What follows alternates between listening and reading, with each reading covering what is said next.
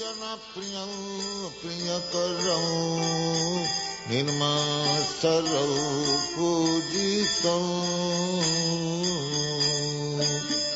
nana shastra vicharanayika nipunam saddharma sanghastapakam. And now chapter 30, further features of ecstatic love for Krishna. Mannam saranyakanam nana shastra vicharanayika nipunam saddharma. Confusion. There is the following statement in the Hamsa Dutta, quote, "One day when Srimati Radharani was feeling much affliction because of her separation from Krishna, she went to the bank of the Yamuna with some of her friends. There Radharani saw a cottage wherein she and Krishna had experienced many loving pleasures, and by remembering those incidents she immediately became overcome with dizziness. This dizziness was very prominently visible." Unquote. This is an instance of confusion caused by separation. Similarly, there is a statement describing confusion caused by fearfulness. These symptoms were exhibited by Arjuna when he saw Krishna's universal form on the battlefield of Kurukshetra. His confusion was so strong that his bow and arrows fell from his hands, and he could not perceive anything clearly.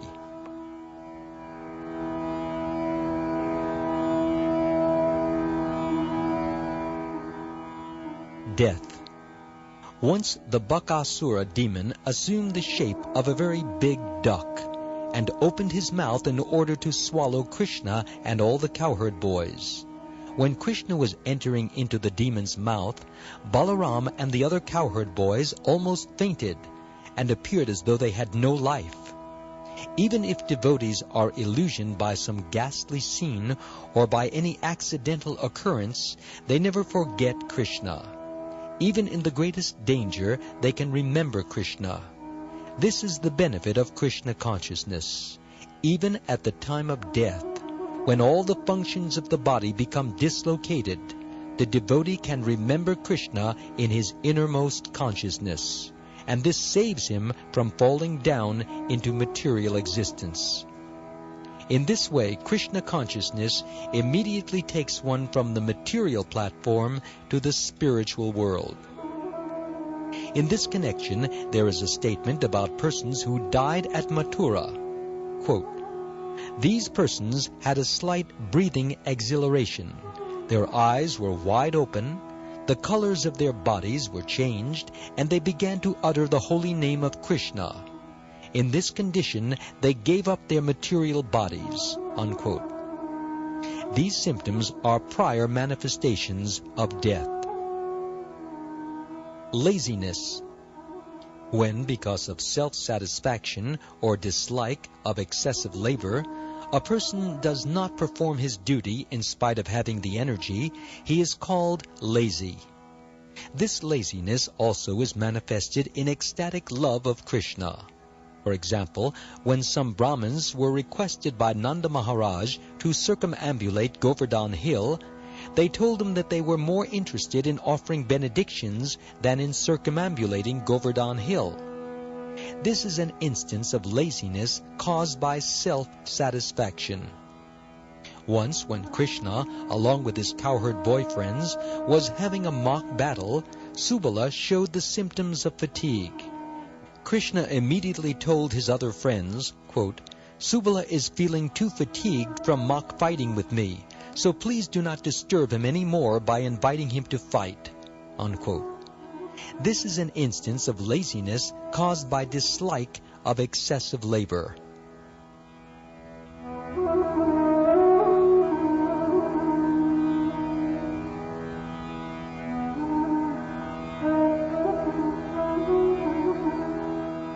Inertness.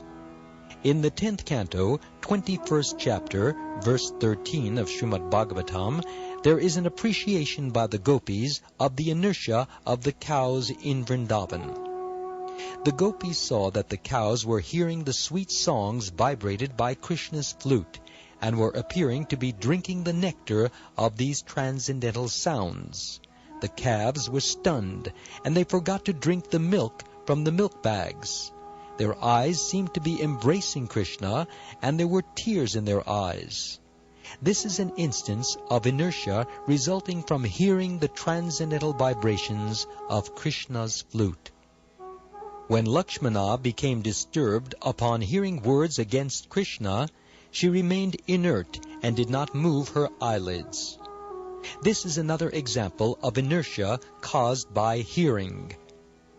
In the 10th canto, 71st chapter, verse 39 of Srimad Bhagavatam, there is an account of King Yudhishthira's bewilderment after his bringing Krishna into his home with the greatest respect.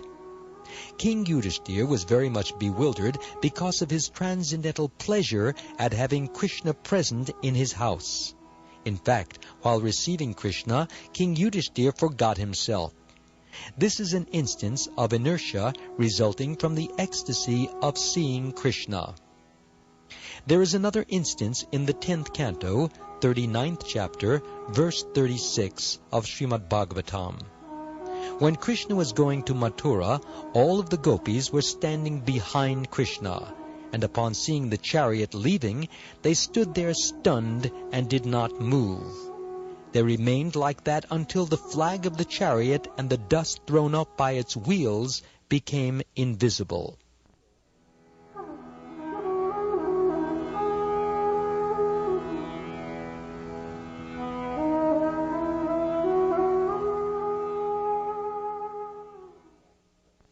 Krishna was once addressed by his friends thus, quote, "My dear Mukunda, due to their being separated from you, the cowherd boys are standing just like neglected deities in the house of a professional Brahmin."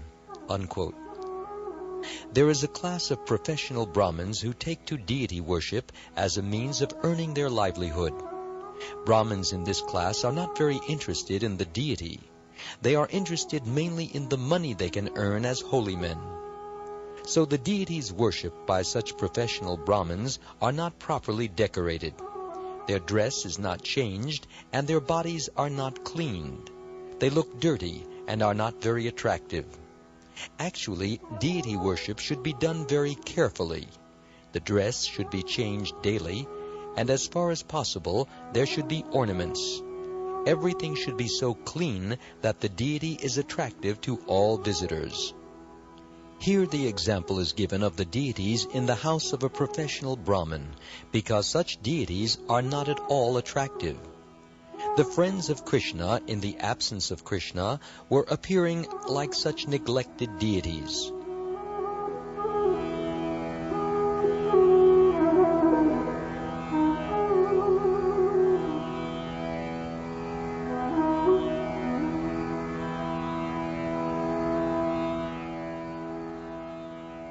Bashfulness. When Radharani was first introduced to Krishna, she felt very bashful. One of her friends addressed her in this way, quote, "My dear friend, you have already sold yourself and all your beauty to Govinda. Now you should not be bashful. Please look upon him cheerfully. One who has sold an elephant to another person should not make a miserly quarrel about selling the trident which controls the elephant." Unquote. This kind of bashfulness is due to a new introduction in ecstatic love with Krishna. The heavenly king, Indra, upon being defeated in his fight with Krishna for possession of the Parijata flower, became very bashful because of his defeat. He was standing before Krishna, bowing down his head, when Krishna said, quote, "All right, Indra, you can take this Parijata flower. Otherwise, you will not be able to show your face before your wife, Shachi Devi." Unquote. Indra's bashfulness was due to defeat. In another instance, Krishna began to praise Uddhava for his various high qualifications. Upon being praised by Krishna, Uddhava also bowed down his head bashfully. In the Harivamsha, Satyabhama, feeling slighted by Rukmini's high position, said, quote, "My dear Krishna, the Raivataka mountain is always full of spring flowers. But when I have become persona non grata to you, what is the use of my observing them?" Unquote. This is an instance of bashfulness resulting from being defeated.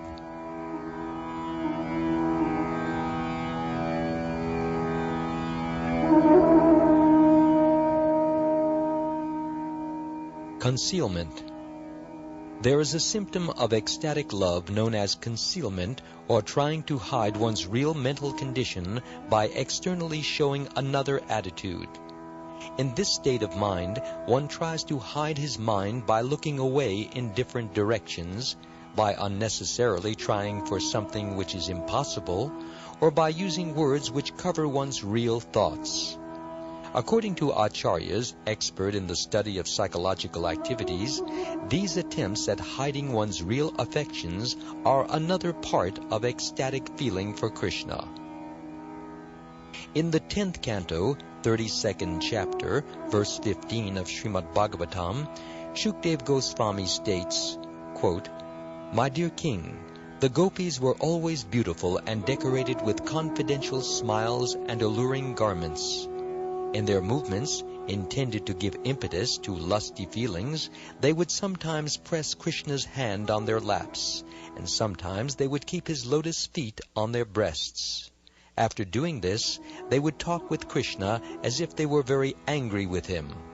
Unquote. There is another instance of this concealment in ecstatic love. When Krishna, the supreme joker, planted the Parijata tree in the courtyard of Satyabhama, Rukmini, the daughter of King Vidarbha, became very angry, but due to her natural gentle behavior, she did not express anything. No one could understand Rukmini's real mental condition. This is an instance of competitive concealment. There is another instance in the 1st canto, 11th chapter, verse 32 of Srimad Bhagavatam. After entering Dwarka, Krishna was received in different ways by different members of his family. Upon seeing their husband from a distance, the queens of Dwarka immediately embraced him within their minds and slowly glanced over him. As Krishna came nearer, they pushed their sons forward to embrace him. Others were trying, out of shyness, not to shed tears, but they still could not keep the tears from gliding down. This is an instance of concealment caused by shyness.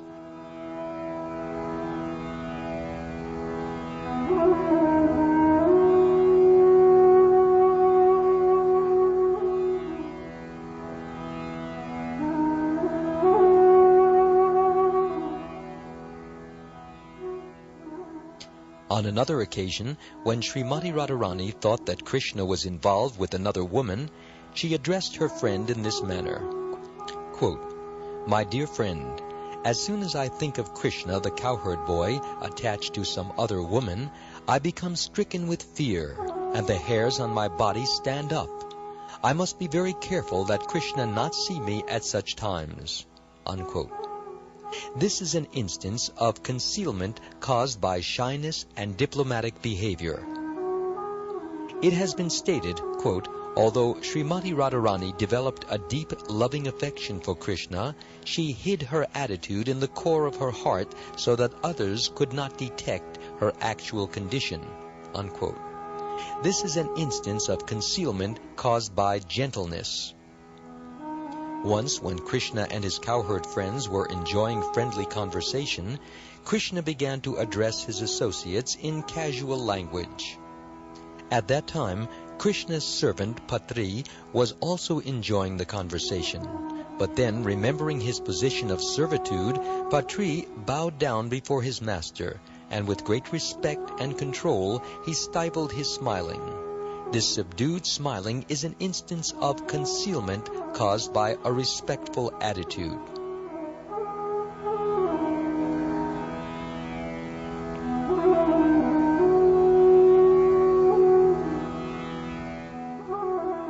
Remembrance.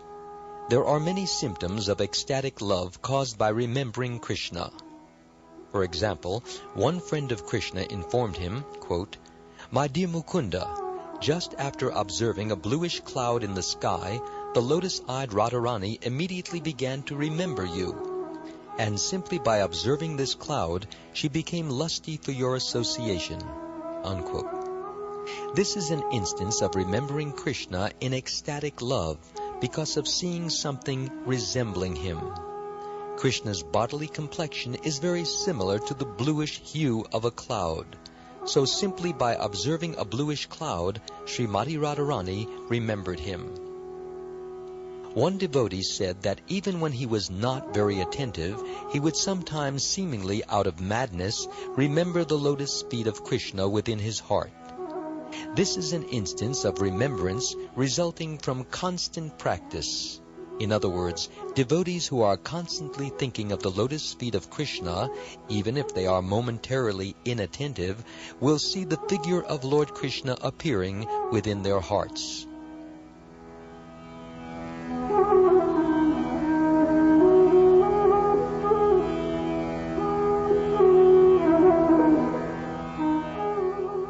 Argumentativeness.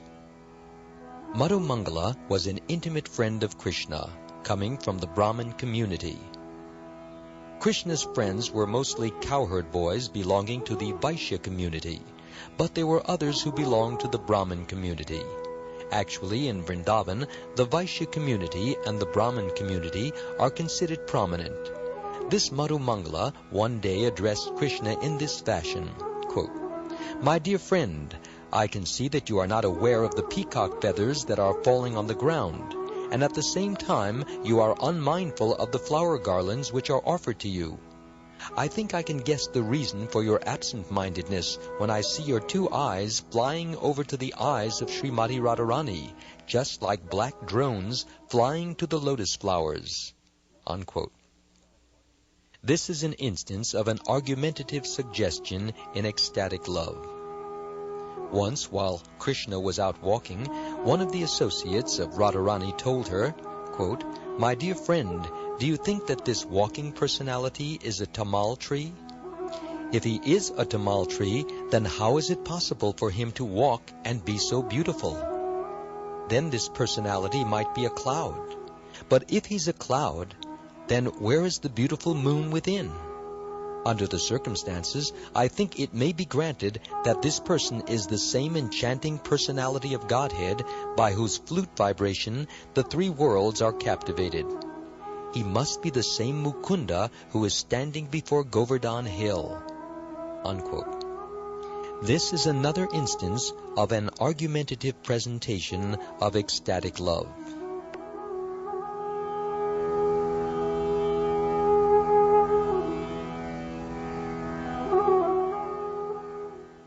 Anxiety. In the 10th canto, 29th chapter, verse 29 of Srimad Bhagavatam, when Krishna asked all the gopis to go back to their homes, they did not like it. Because of their grief at this, they were sighing heavily, and their beautiful faces appeared to be drying up. In this condition, they remained without making a sound. They began to draw lines on the ground with their toes, and with their tears they washed the black ointment from their eyes onto their breasts, which were covered with red kumkum powder. This is an instance of anxiety in ecstatic love. One of the friends of Krishna once informed him, quote, "My dear killer of the demon Mura, your kind and gentle mother is very anxious because you have not returned home, and with great difficulty she has passed the evening constantly sitting on the balcony of your home. It is certainly astonishing how you could forget your mother while you are off somewhere engaged in your playful activities." Unquote. This is another instance of deep anxiety in ecstatic love. When Mother Yashoda was very anxiously waiting for Krishna to return from Mathura, Maharaj Nanda gave her this solace, quote, "My dear Yashoda, please don't be worried. Please dry your beautiful lotus-like face. There is no need for you to breathe so hotly. I will go immediately with Akrura to the palace of Kamsa and get your son back for you." Unquote. Here is an instance of anxiety in ecstatic love caused by Krishna's awkward position.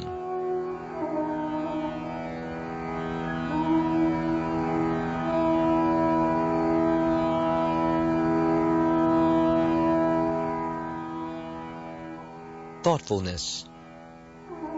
In the Vaishaka Mahatmya section of the Padma Purana, a devotee states that though in some of the 18 Puranas the process of glorifying Lord Vishnu is not mentioned, and the glorifying of some demigod is offered, such glorification must be continued for millions of years. For when one studies the Puranas very scrutinizingly, he can see that ultimately Lord Vishnu is the Supreme Personality of Godhead. This is an instance of ecstatic love developed out of thoughtfulness. In the 10th canto, 60th chapter, verse 39 of Srimad Bhagavatam, there is an account of Rukmini Devi's writing a letter to Krishna, requesting him to kidnap her before her marriage to another person. At that time, the specific attachment of Rukmini for Krishna was expressed by Rukmini as follows, quote, "My dear Lord Krishna, your transcendental glories are chanted by great sages who are free from material contamination. And in exchange for such glorification, you are so kind that you freely distribute yourself to such devotees. As one can elevate oneself simply by your grace, so also by your direction alone, one may be lost to all benedictions under the influence of eternal time. Therefore, I have selected your lordship as my husband, brushing aside personalities like Brahma and Indra, not to mention others." Unquote. Rukmini enhanced her love for Krishna simply by thinking of him. This is an instance of thoughtfulness in ecstatic love.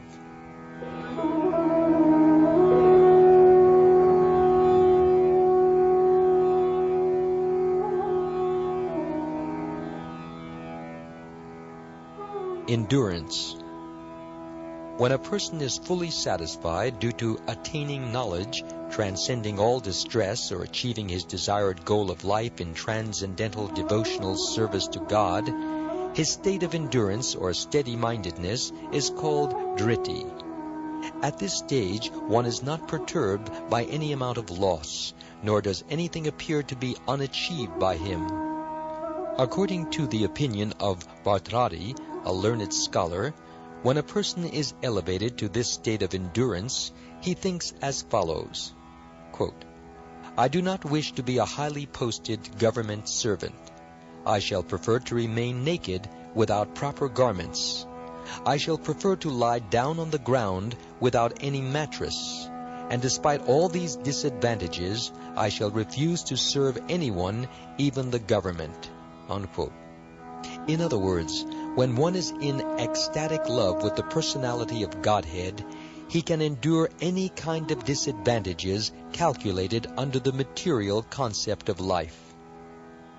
Nanda Maharaj, the father of Krishna, used to think, quote, "In my pasturing ground, the goddess of fortune is personally present, and I possess more than 100,000 cows, which loiter here and there.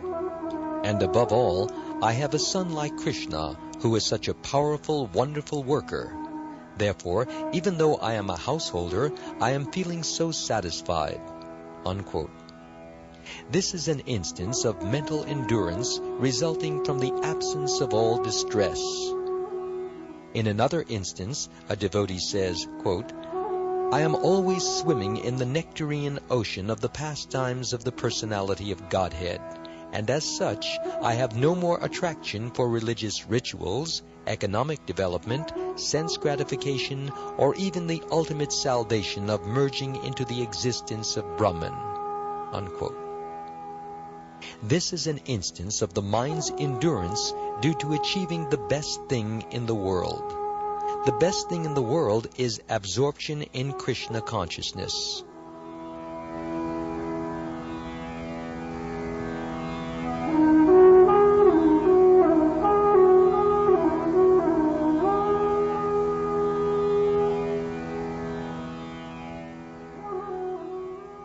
Happiness.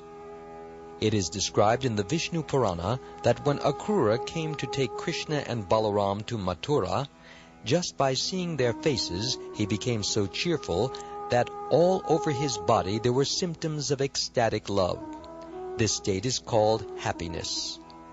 It is stated in the 10th canto, 33rd chapter, verse 11 of Srimad Bhagavatam, quote, "Upon seeing that Krishna's arm was placed on her shoulder, one of the gopis engaged in the Ras dance became so ecstatically happy that she kissed Krishna on his cheek," unquote.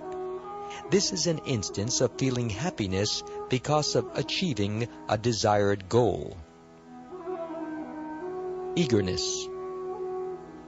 In the 10th canto, 71st chapter, verse 33 of Srimad Bhagavatam, it is said, quote, "When Krishna first came from his kingdom, Dwarka, to Indraprastha, the young females of the city became so eager to see him that even at night, when they were lying down with their husbands, they could not restrain their eagerness. Even though they were not properly dressed, and although their hair was loose, and there were many household duties to perform, they still gave up everything and immediately went into the street to see Krishna," unquote. This is an instance of eagerness in ecstatic love. In his books, the Bhavali, Sri Raghunath Das Goswami has prayed for the mercy of Radharani, who was so captivated by the flute vibrations of Krishna that she immediately asked information of his whereabouts from residents in the Vrindavan forest.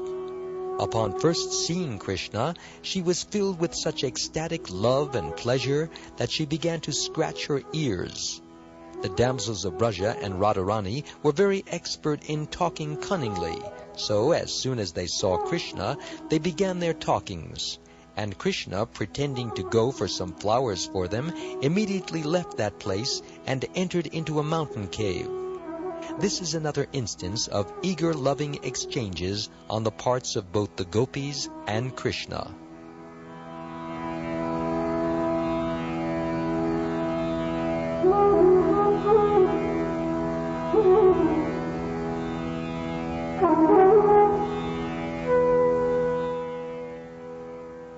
Violence. When Krishna was fighting with the Kaliya snake by dancing on his heads, Kaliya bit Krishna on the leg. At that time, Garuda became infuriated and began to murmur, quote, "Krishna is so powerful that simply by his thundering voice the wives of Kaliya have had miscarriages. Because my Lord has been insulted by this snake, I wish to devour him immediately. But I cannot do so in the presence of my Lord, because he may become angry with me," unquote. This is an instance of eagerness to act in ecstatic love as a result of dishonor to Krishna.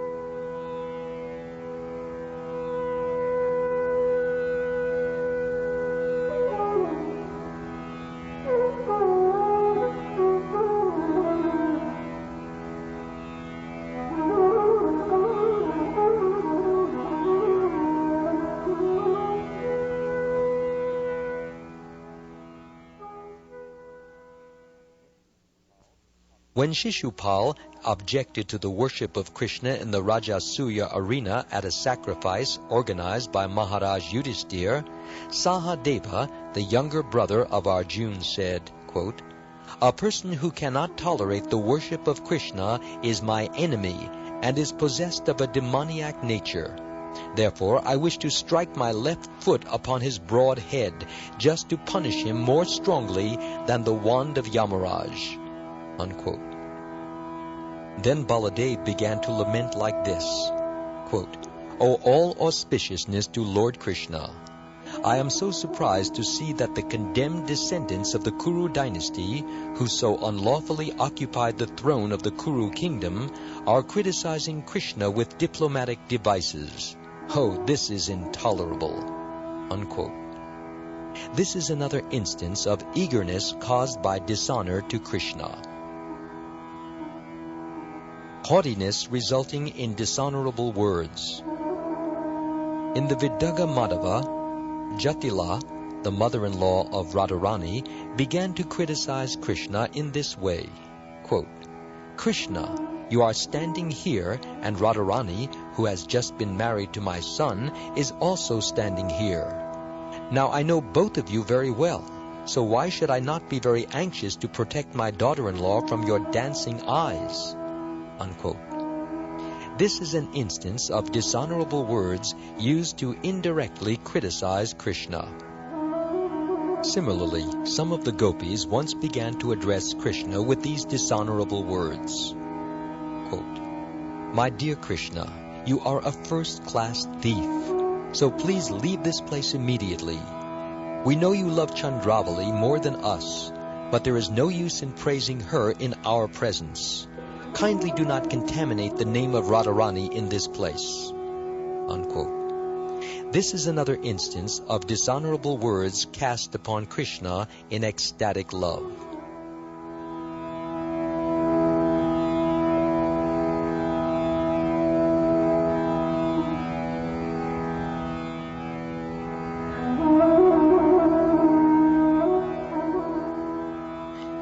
There is another statement in the 10th canto, 31st chapter, verse 16 of Srimad Bhagavatam. When all the gopis came out of their homes to meet Krishna in the Vrindavan forest, Krishna refused to accept them and asked them to go home, giving them some moral instruction. At that time the gopis spoke as follows, quote, "Dear Krishna, there is extreme distress in being out of your presence, and there is extreme happiness simply in seeing you. Therefore we have all left our husbands, relatives, brothers, and friends, and have simply come to you, being captivated by the sound of your transcendental flute. O infallible one, you had better know the reason for our coming here. In plain words, we are here simply because we have been captivated by the sweet sound of your flute. We are all beautiful girls, and you are so foolish that you are rejecting our association. We do not know anyone other than yourself who would miss this opportunity to associate with young girls in the dead of night." Unquote. This is another instance of indirect insults used against Krishna in ecstatic love. Envy. In the Padyavali, one of the friends of Radharani once addressed her thus, quote, "My dear friend, please do not be too puffed up because Krishna has decorated your forehead with his own hand. It may be that Krishna is yet attracted by some other beautiful girl. I see that the decoration on your forehead is very nicely made, and so it appears that Krishna was not too disturbed in painting it. Otherwise, he could not have painted such exact lines." Unquote. This is an instance of envy caused by Radha's good fortune. In the 10th canto, 30th chapter, verse 30 of Srimad Bhagavatam, there is the following statement. Quote, "When the gopis were searching for Krishna and Radha after the Ras dance, they thus began to speak among themselves. Quote, We have seen the footprints of Krishna and Radha on the ground of Vrindavan, and they are giving us great pain, because although Krishna is everything to us, that girl is so cunning that she has taken him away alone and is enjoying his kissing without sharing him with us." Unquote. This is another instance of envy of the good fortune of Srimati Radharani. Sometimes when the cowherd boys used to play in the forests of Vrindavan, Krishna would play on one side and Balaram would play on another. There would be competition and mock fighting between the two parties, and when Krishna's party was defeated by Balaram, the boys would say, quote, "If Balaram's party remains victorious, then who in the world can be weaker than ourselves?" Unquote. This is another instance of envy in ecstatic love.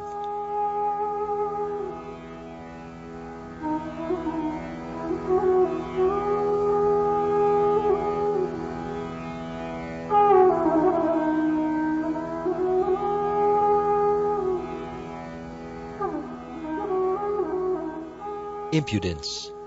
In the 10th canto, 52nd chapter, verse 41 of Srimad Bhagavatam, Rukmini addresses a letter to Krishna as follows, quote, "My dear unconquerable Krishna, my marriage day is fixed for tomorrow. I request that you come to the city of Vidarbha without advertising yourself. Then have your soldiers and commanders suddenly surround and defeat all the strength of the king of Magadha, and by thus adopting the methods of the demons, please kidnap and marry me." Unquote. According to the Vedic system, there are 8 kinds of marriages, one of which is called Rakshasa Vivaha. Rakshasa Vivaha refers to kidnapping a girl and marrying her by force. This is considered to be a demoniac method. When Rukmini was going to be married to Shishupal by the choice of her elder brother, she wrote the above letter to Krishna requesting him to kidnap her. This is an instance of impudence in ecstatic love for Krishna. One of the gopis said, quote, "May Krishna's sweet flute be washed away by the waves of the Yamuna, and let it fall into the ocean. The sweet sound of that flute is so impudent that it makes us lose all composure before our superiors." Unquote.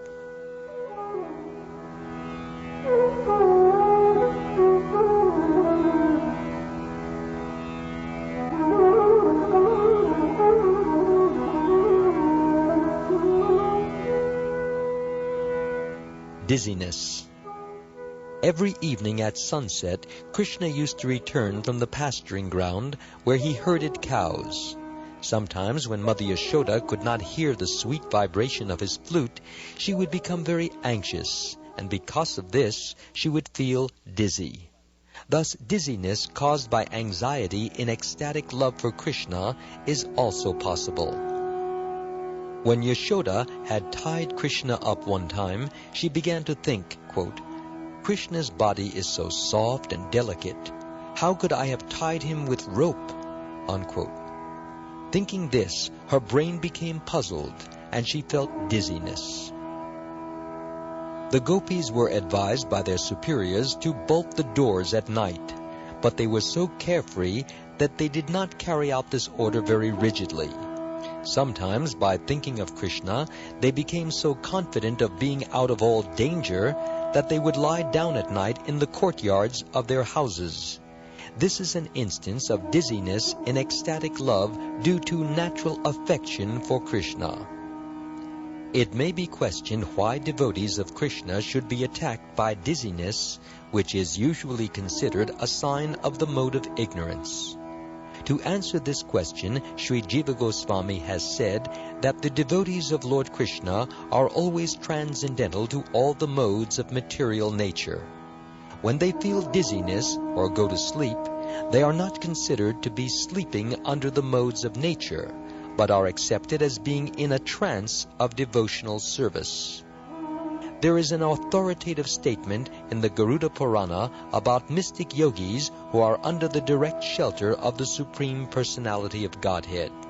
Quote, "In all 3 stages of their consciousness, namely wakefulness, dreaming, and deep sleep, the devotees are absorbed in thought of the Supreme Personality of Godhead. Therefore, in their complete absorption in thought of Krishna, they do not sleep." Unquote.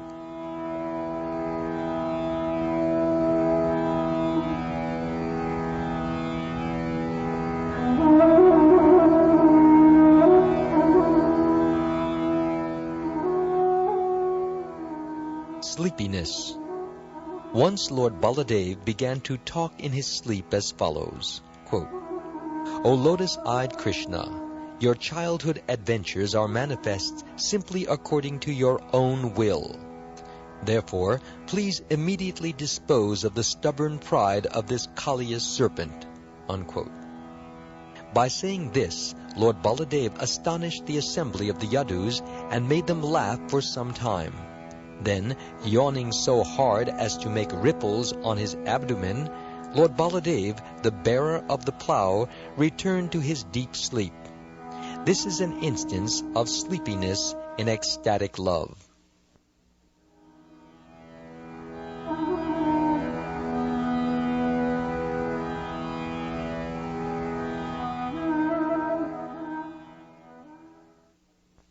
Alertness. A devotee once stated, quote, "I have already conquered the mode of ignorance, and I am now on the platform of transcendental knowledge. Therefore, I shall be engaged only in searching after the Supreme Personality of Godhead." Unquote. This is an instance of alertness in ecstatic love. Transcendental alertness is possible when the illusory condition is completely overcome. At that stage, when in contact with any reaction of material elements, such as sound, smell, touch, or taste, the devotee realizes the transcendental presence of the Supreme Personality of Godhead. In this condition, the ecstatic symptoms, for example, standing of the hair on the body, rolling of the eyeballs, and getting up from sleep, are persistently visible. When Srimati Radharani first saw Krishna, she suddenly became conscious of all transcendental happiness, and the functions of her different limbs were stunned. When Lalita, her constant companion, whispered into her ear the holy name of Krishna, Radharani immediately opened her eyes wide. This is an instance of alertness caused by hearing the sound of Krishna's name. One day, in a joking mood, Krishna informed Radharani, quote, "My dear Radharani, I am going to give up your company." Unquote. Upon saying this, he immediately disappeared, and because of this, Radharani became so afflicted that the hue of her body changed, and she immediately fell down upon the ground of Vrindavan. She had practically stopped breathing, but when she smelled the flavor of the flowers on the ground, she awoke in ecstasy and got up. This is an instance of transcendental alertness caused by smelling.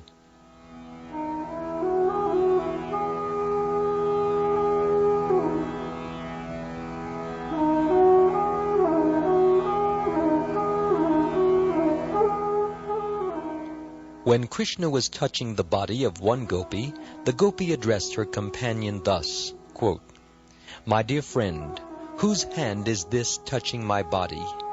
I had become very afraid after seeing the dark forest on the bank of the Yamuna, but suddenly the touch of this hand has saved me from hysterical fits." Unquote. This is an instance of alertness caused by touching.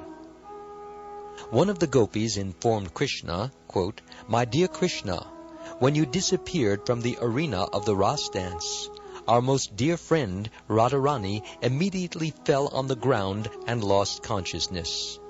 But after this, when I offered her some of your chewed betel nut remnants, she immediately returned to consciousness with jubilant symptoms in her body."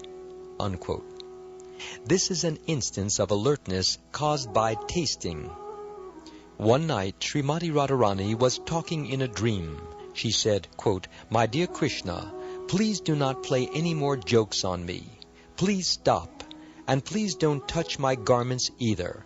Otherwise, I shall inform the elderly persons, and I shall disclose all of your naughty behavior." Unquote. While she was talking like this in a dream, she suddenly awoke and saw some of her superiors standing before her. Thus Radharani became ashamed and bowed her head. This is an instance of alertness after awakening from sleep. There is another instance of this. A messenger from Krishna came to Srimati Radharani while she was sleeping, and Radharani immediately awakened. Similarly, when Krishna began to blow on his flute in the night, all of the gopis, the beautiful daughters of the cowherd men, immediately got up from their sleep. There is a very beautiful comparison made in this connection. Quote, The lotus flower is sometimes surrounded by white swans, and sometimes it is surrounded by black wasps who are collecting its honey. When there is a thundering in the sky, the swans go away, but the black wasps stay to enjoy the lotus flowers." Unquote. The gopis' sleeping condition is compared to the white swans, and the sound of Krishna's flute is compared to a black wasp. When Krishna's flute sounded, the white swans, which represent the sleeping condition of the gopis, were immediately vanquished, and the black wasp sound of the flute began to enjoy the lotus flower of the gopis' beauty.